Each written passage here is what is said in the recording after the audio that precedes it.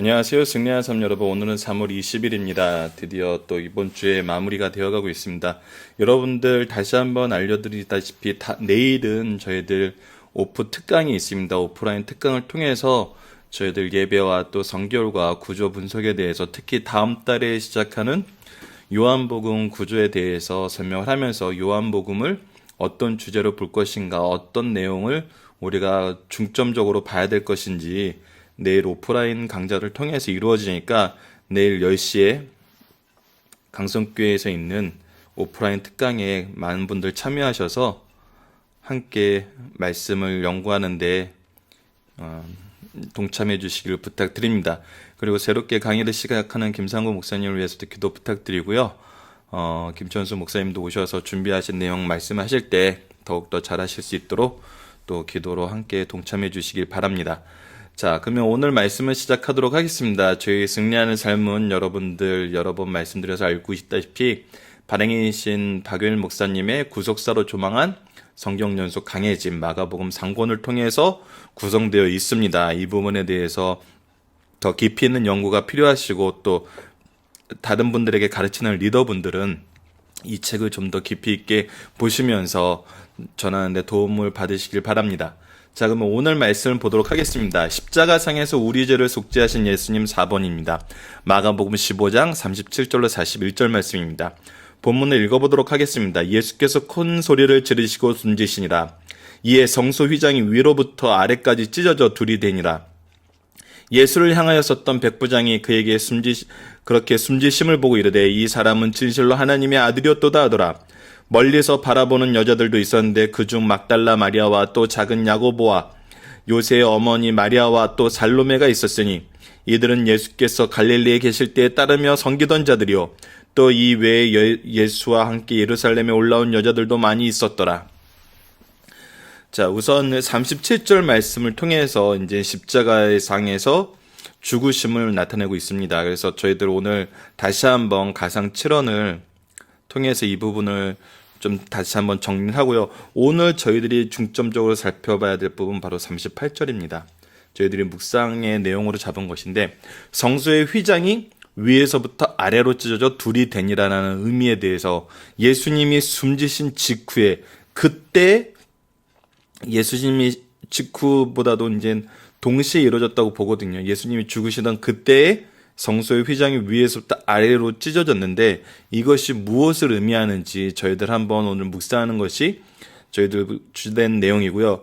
그리고 항상 성경은 무엇에 대해서 얘기를 하고 있느냐가 중요해요. 그리고 그것을 어떻게 우리에게 전달하는지를 보는데 저희들 지난주에 살펴봤던 재판 과정에서도 예수님의 무죄성을 이 불법한 재판을 통해서 무엇을 하게 되죠? 증언하게 돼요. 증거하게 돼요. 확증하게 되거든요.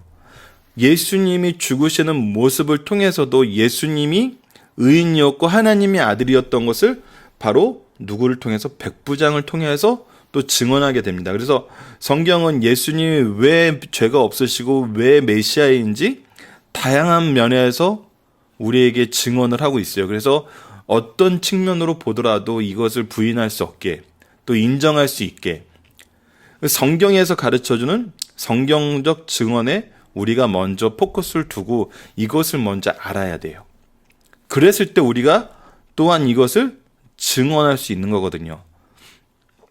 우리가 그냥 우리의 믿음을 자연스럽게 받아들여지는 그것으로 우리가 처음 했던 것으로만 하면은 이것도 중요해요. 중요한데 무엇이 되냐면 우리 승리하는 삶에서 항상 중요하게 생각하는 거 영생의 말씀을 누구에게 배워 누구에게 가르쳐 주느냐거든요. 나의 경험과 나의 생각으로만 얘기하는 건 케이스 바이 케이스예요. 그런 경험을 못하고 그런 생각을 못하는 사람에게는 이거는 참 유연한 거거든요. 하지만 성경에 가르쳐주는 이 여러 가지 증언, 증명 이것들을 보면은 우리가 정말 누구에게나 이것을 가르칠 수 있는 믿음의 능력을 얻게 되는 거거든요. 그래서 우리가 말씀에 대해서 더 바로 이해해야 되는데 이 로마 백부장도 바로 이때의 이 일의 증언을 하게 되는 거예요. 그래서 백부장이 어떻게 이렇게 증언을 했나도 우리가 이제 본문 중심 사상에서 간단하게 살펴보도록 하겠습니다. 40절 멀리서 바라보는 여자들도 있었는데 그 중에 막달라 마리아와 또 작은 야고보와 요새의 어머니 마리아와 또 살로메가 있었으니 이들은 예수께서 갈릴리에 계실 때 따르며 섬기던 자들이요 또 이에 예수와 함께 예루살렘에 올라온 여자들도 많았더라. 자, 남자 제자들은 요한을 제외하고는 모두 떠났는데 이 여인들은 어떻게 제자들이 떠났던 이유는 뭐였죠? 두려움이었어요. 근데 이 여자들은 이 두려움을 이기는 믿음을 가지고 있었던 거죠.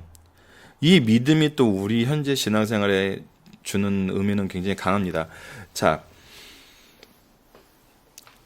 이 여인들이 가지고 있던 기본적인 마음은 무엇이었을까요?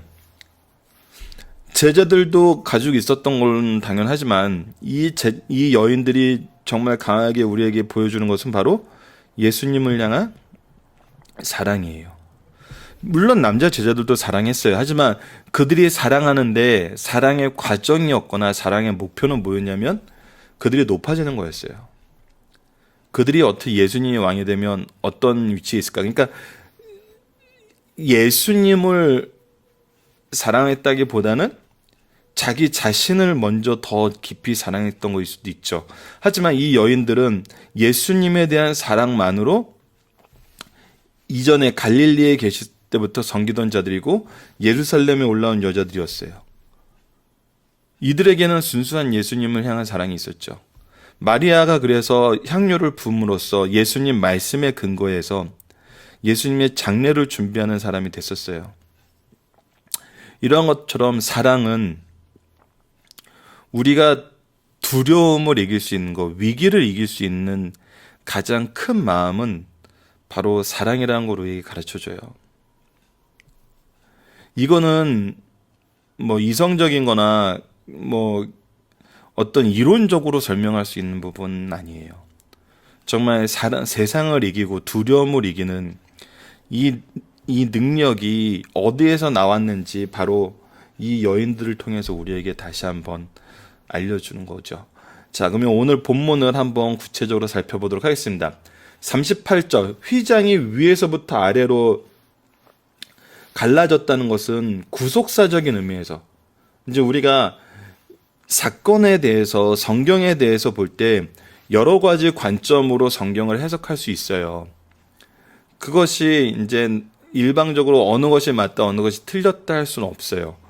하지만 중요한 것은 무엇이냐면 우리가 이것이 구속사적으로 어떤 의미가 있는지 묵상할 때 성경을 처음부터 끝까지 여러 가지 신학적인 사상과 시대적인 배경이 나오는데 하나님이 이 말씀을 주신 이유는 바로 우리의 구속을 위해서 주신 말씀이거든요. 죄를 이기고 우리를 회복시키기 위해서. 그래서 구속사적인 관점으로 봤을 때 이것이 연결되는 것을 볼 수 있어요. 그래서 우리가 또 이 부분에 대해서는 이 관점에 대해서, 성경을 보는 관점에 대해서 또 잠깐 설명드린다면 어떤 이 지시를 가지고 계셔야 되냐면 어떻게 성경을 바라봐야 되는 그 자세를 가지고 계셔야 되냐면 우리가 새로운 얘기를 들은 경우가 있어요. 뭐 학자들은 항상 말씀에 대해서 연구를 해요. 그리고 많은 사람들이 나와서 영적인 부분에 대해서 또 이 성경적인 부분의 사회적인 부분으로 여러 가지 그들의 배경 지식을 가지고 성경을 해석을 해요. 이것이 근데 옳은 해석이냐 틀린 해석이냐 봤을 때는 우선 성경에서 그 내용이 옳은지 그런지 관찰을 해야 되는데, 특히 우리가 다른 곳에서 이야기를 들었을 때 그 중심의 해석의 근거를 뭘로 보아야 되냐면 구속사적인 관점에서 봤을 때 성경에서 얘기하는 구속사적인 관점에서 벗어난 해석을 한다 그랬을 때는 우리가 그건 주의해야 된다는 거예요. 이 부분은 정말 우리가 신앙의 선배들, 정말 믿음의 선배들한테 가서 이런 얘기가 있는데 이 부분에 대해서 어떻게 생각하는지 우리가 반드시 지도를 받아야 돼요. 그냥 덜컥 믿거나 이것이 내 마음에 참 좋아, 이거는 정말 내가 들으니까 너무 좋고 이것을 얘기하는 그 사람이 정말 신뢰할 만하고 이것을 공유하는 이 그룹이 정말 뭔가 나에게 뭔가 채워주는 것 같아, 이런 느낌으로 가서는 안 된다는 거죠. 항상 구속사적인 관점에서 보셔야 돼요. 이것이 특히 중요한 거는 저희가 이단을 구분하는데 되게 중요합니다. 그래서 오늘 우리 이 휘장이 반으로 갈라졌다는 의미도 우선 성경 말씀을 통해서 우리가 이 부분은 이제 좀 묵상을 해봐야 돼요. 자, 히브리서 10장 19절로 20절의 말씀을 보면 그러므로 형제들아 우리가 예수의 피를 힘입어 무엇을 힘입어? 예수의 피를 힘입어 성소에 들어갈 담력을 얻었나니. 자, 성소라는 건 뭐였어요? 대제사장들이 우리의 죄의 속죄를 위해서 대신 들어가서 제사를 지내는 곳이었는데 이곳에 들어가기 위해선 성결의 의식을 거쳐서 깨끗한 상태로 들어가야 됐어요. 그래서 이 성소에 들어가는 제사장들에게는 허리에 끈을 묶어놓고 거기에 방울을 달았는데 그 의미가 뭐냐면 죄가 있는 몸으로 들어가면은 하나님께서 제가 이제 구약적인 의미에서 그 성결 의식을 바로 거치고 그 성결을 하나님이 명령하신 대로 지킨 상태에서 들어가지 않으면 하나님이 죽이셨거든요. 그래서 그 종소리가 벨소리가 울리지 않으면은 또 누군가 들어가면 죽으니까 그 줄을 끌어서 그를 성소에서 빼냈었어요. 그래서 이곳은 아무나 들어갈 수 있는 데가 아니었어요. 근데 어떻게 했어요? 예수의 피를 힘입어 성소에 들어갈 담력을 얻게 돼요. 그 길이 어떤 게 우리를 위해서 휘장을 가운데로 열어놓으신 새로운 살길이에요. 바로 오늘 휘장이 찢어진 그거죠. 근데 그 휘장이 뭐예요? 곧 그의 육체니라. 자, 이것이 무슨 얘기냐면 예수의 몸이 쪼개짐으로 십자가상에서 죽으심으로 제사 제도에서 말할 때 이 제물을 쪼개거든요. 쪼갠다는 것은 우리를 대신해 죽는 것을 얘기해요. 죽음을 얘기하거든요. 완전한 죽음을 얘기해요.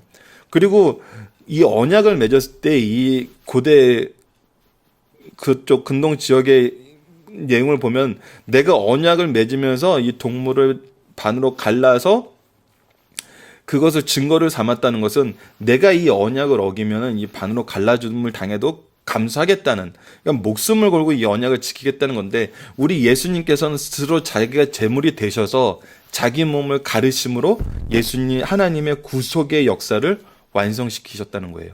우리가 갈 길을 성소로 들어갈 길, 성소는 누구예요? 하나님의 임재가 있는 거예요. 즉 하나님과의 교제의 회복을 위해서 그 몸을 가르시는 것을 의미하는 거예요.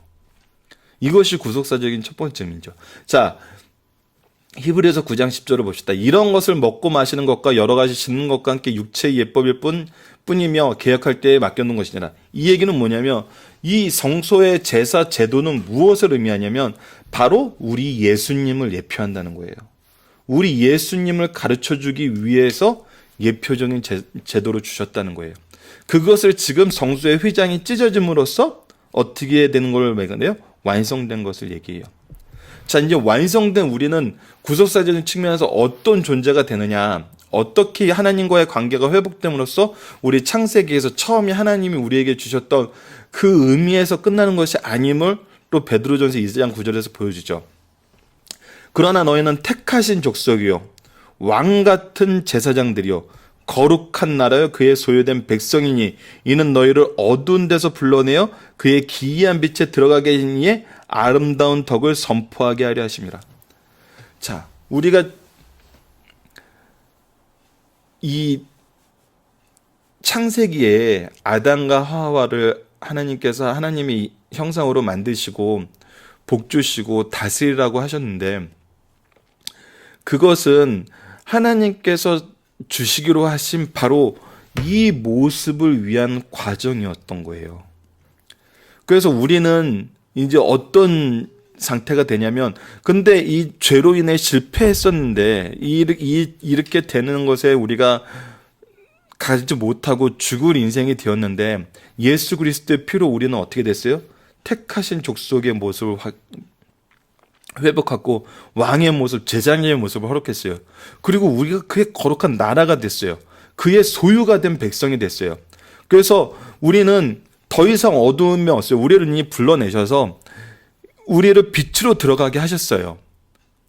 그리고 나서 우리를 뭐하게 하셨어요? 바로 이 아름다운 덕을, 구속의 역사를 선언하게 하셨어요. 자, 그래서 에베소서 3장 12절을 보면 우리가 그 안에서 그를 믿음으로 말미암아 담대함과 확신을 가지고 하나님께 나아감을 얻었느니라. 자, 이제 우리가 누구에게 나아가요? 담대함과 확신을 가지고 그를 믿음으로 말미암아 하나님께 나아가요. 우리의 관계는 이제 단절되었던 우리의 관계는 예수 그리스도의 십자가의 공로로 회복되었어요. 우리의 교제는 이제 완성되었어요. 하나님의 나라는 이제 실현됐어요. 실현되어 가고 있어요. 자, 구속사적인 의미에서 예수님의 죽으심을 휘장이 갈라지는 것으로 표현했다는 것은 첫 번째, 예수님의 대속의 죽음을 얘기해요. 두 번째, 율법의 완성을 얘기해요. 세 번째, 온 민족을 향한 구속의 선언을 얘기해요. 네 번째, 우리와 하나님하고 관계가 회복됨을 얘기해요. 이것이 바로 구속사적인 의미가 갖는 거거든요.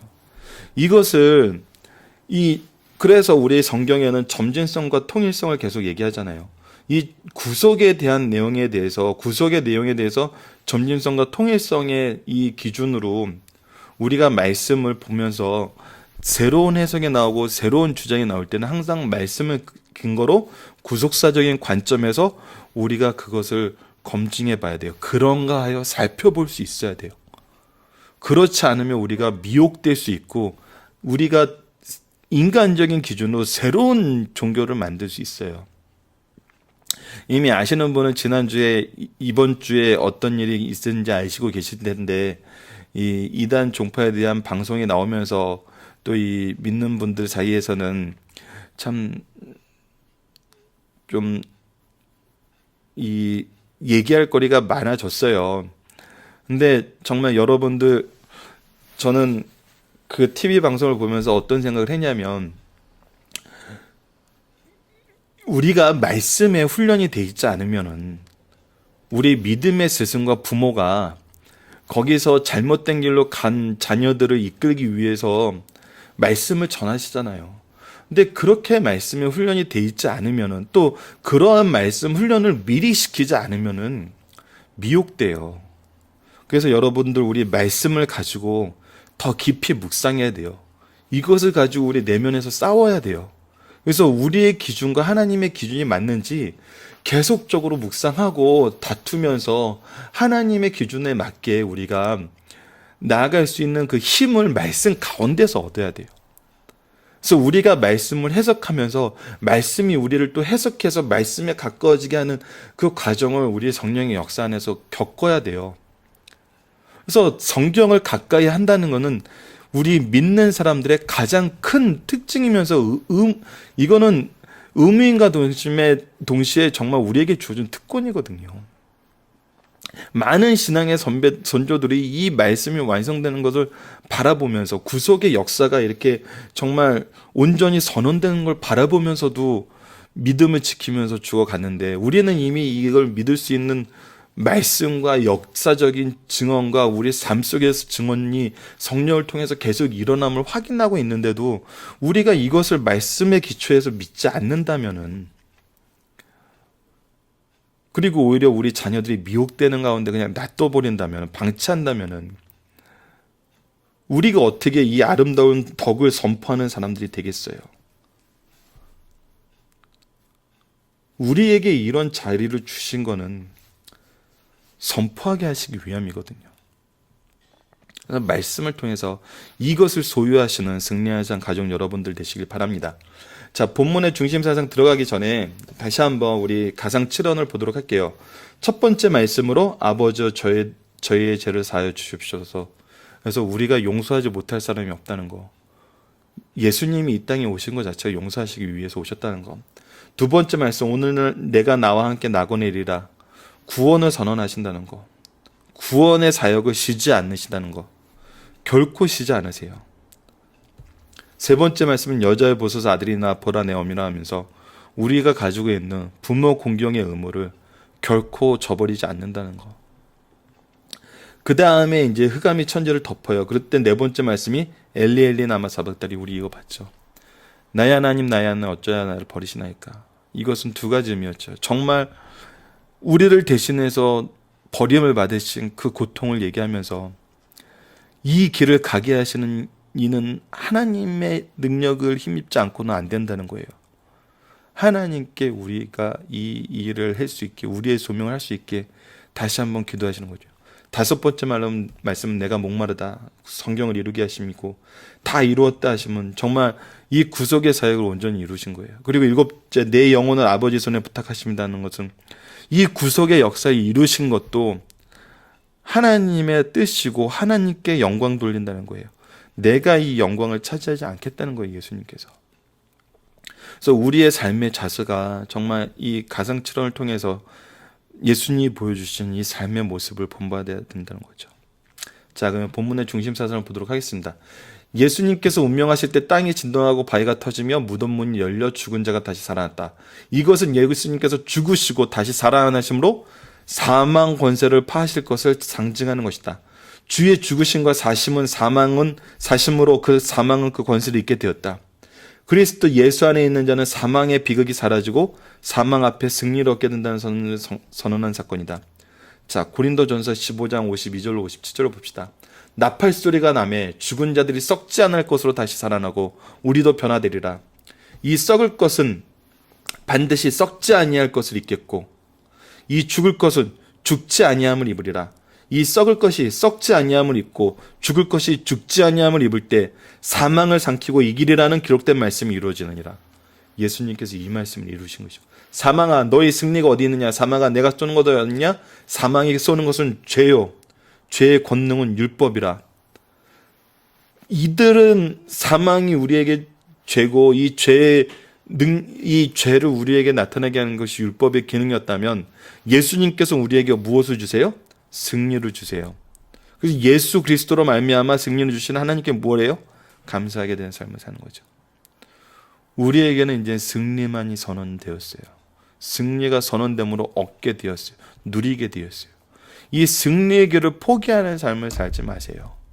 이 승리의 길을 하찮게 여기는 삶을 살지 마세요. 이것을 소유하고 이것을 전하고 이 안에서 우리의 자녀와 제자들을 양육하는 그런 승리한 삶 가족 되시길 바랍니다. 두 번째, 백부장의 고백은 말씀을 성취하신 거예요. 이 사람은 진실로 하나님의 아들이었도다. 자, 백부장은 어떻게 이 말씀을 고백하게 됐나요? 예수님께서 요한복음 10장 32절에 내가 땅에서 들리면 모든 사람이 내게로 이끌겠노라. 모든 사람을 내게로 이끌겠노라. 자, 이제 하나님 예수님이 죽으심을 보고 이끄심을 받은 백부장의 모습을 볼게요. 객관적인 입장에서 누가 주관적인 입장에서 예수님을 봤죠? 유대 지도자들이 봤죠. 빌라도가 봤어요.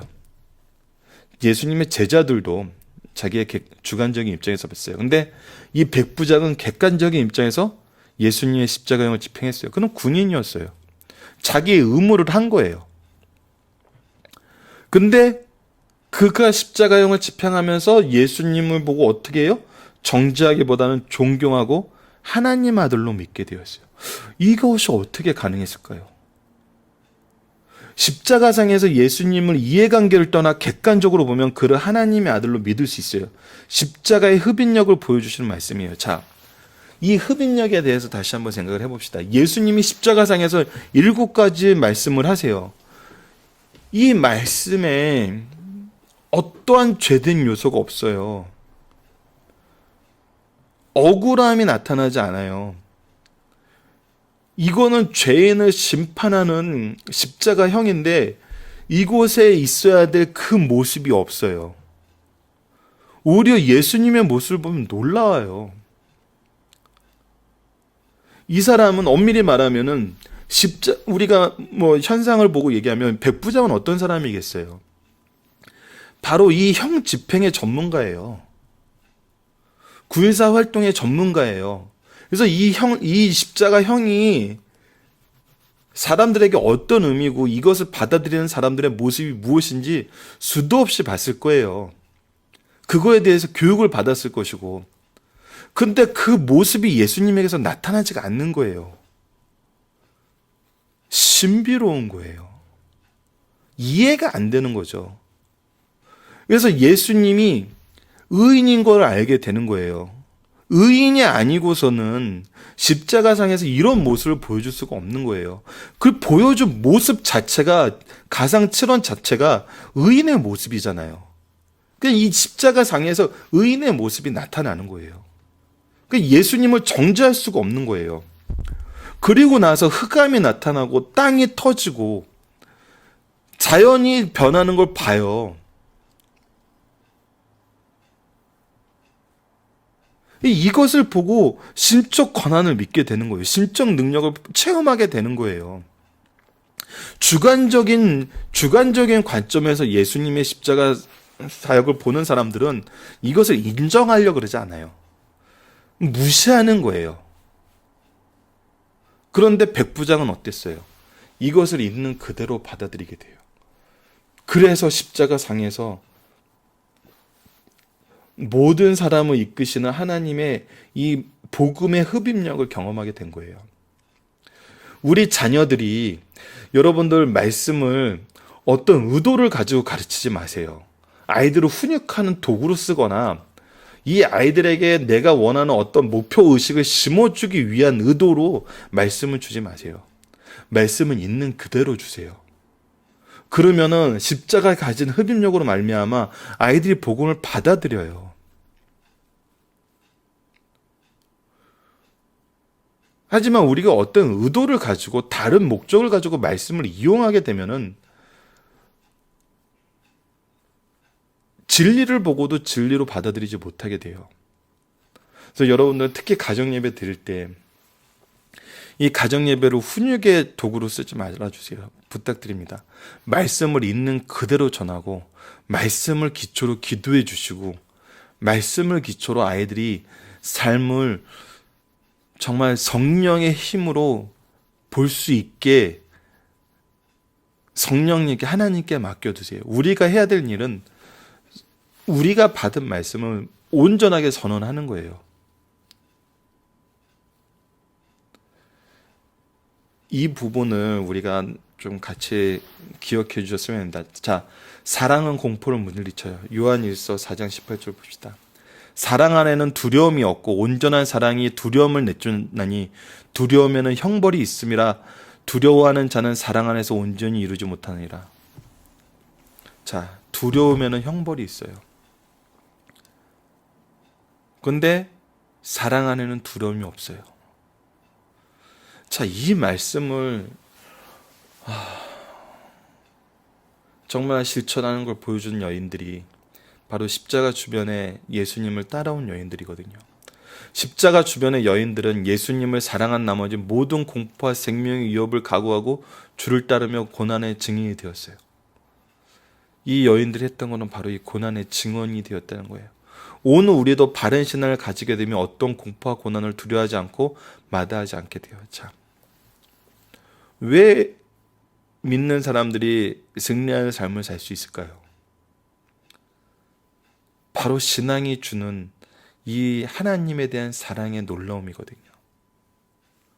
여전히 우리를 사랑하시고 여전히 우리를 주관하시고 여전히 우리를 이 사랑의 끈으로 이끄시는, 사랑 안에 거하게 하시는 하나님의 능력을 아는 거거든요. 주님께서 주신 사명을 감당할 때 주께서 함께 하시면 모든 것이 가능한 사실을 힘있게 가르쳐줘요. 자, 우리가 조금 전에도 말씀을 있는 그대로 아이들에게 가르친다 그랬을 때 아이들은 세상을 이길 하나님의 사랑 안에 거하게 돼요. 우리의 생각과 우리의 기준을 전하는 걸로 하지 말고 정말 예수님에 대해서 바로 알려주는 이 말씀을 통해서 우리가 이것을 증언하는 그런 부모와 그런 선생님이 되어서 정말 이 사랑 안에서 먼저 우리가 사랑 안에서 이 공포와 두려움을 이기는, 능히 이기게 하시는 하나님을 먼저 경험하고 말씀으로 이것을 증언하고 우리의 삶으로 이것을 다시 증명해 주는 거거든요. 그래서 우리 자녀와 우리 제자들이 우리의 삶을 보면서 이 삶을 또 확인하게 되는 거예요. 말씀의 근거에서 승리하는 삶을. 이것이 승리하는 삶이 영생의 말씀을 누구에게 배워 누구에게 가르쳐 주라는 그 말씀을 정말 실천하는 모습이거든요. 이 모습을 소유한 승리한산 가족 여러분들 되시길 바랍니다. 자, 그럼 오늘도 말씀을 기초로 기도하기를 통해서 마치겠습니다. 하나님, 드디어 예수 그리스도를 통한 구속의 속죄가 이루어져 우리로 하나님께 나아가게 하심을 감사합니다. 이 감격의 순간 우리도 주를 하나님의 아들이 우리의 구세주로 바르게 고백하게 하시고 이 고백이 온 세상에 있을 가장 큰 은혜요 사랑임을 깨닫게 하여 주소서. 예수님 이름으로 기도드립니다. 아멘.